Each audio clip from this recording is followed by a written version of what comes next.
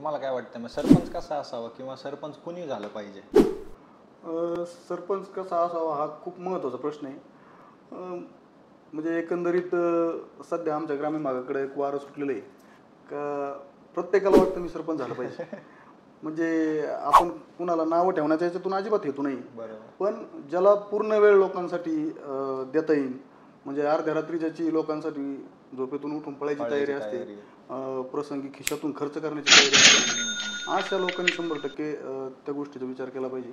नाहीतर उगाचच सरपंच व्हायचं, कडक कपडे घालायचे, फक्त मोठेपणा मिरवायचा आहे, त्या पदाला त्या माणसाला जर न्याय देता येत नसेल बरोबर. आणि फक्त जर याची जिरवायची त्याची जिरवायची, म्हणजे म्हणून जर एकमेकाला फक्त राजकारण म्हणून विरोध करायचा असेल तर त्या लोकांनी 100% सरपंच पदासाठी उभं राहू नये. ज्याला पूर्ण वेळ देता येईल, बरोबर. पैसा स्वतः खर्च करायची वेळ आली तरी तिथंही तो कमी पडणार नाही, अशाच लोकांनी मला वाटतं सरपंच पदासाठी उभं राहिलं पाहिजे.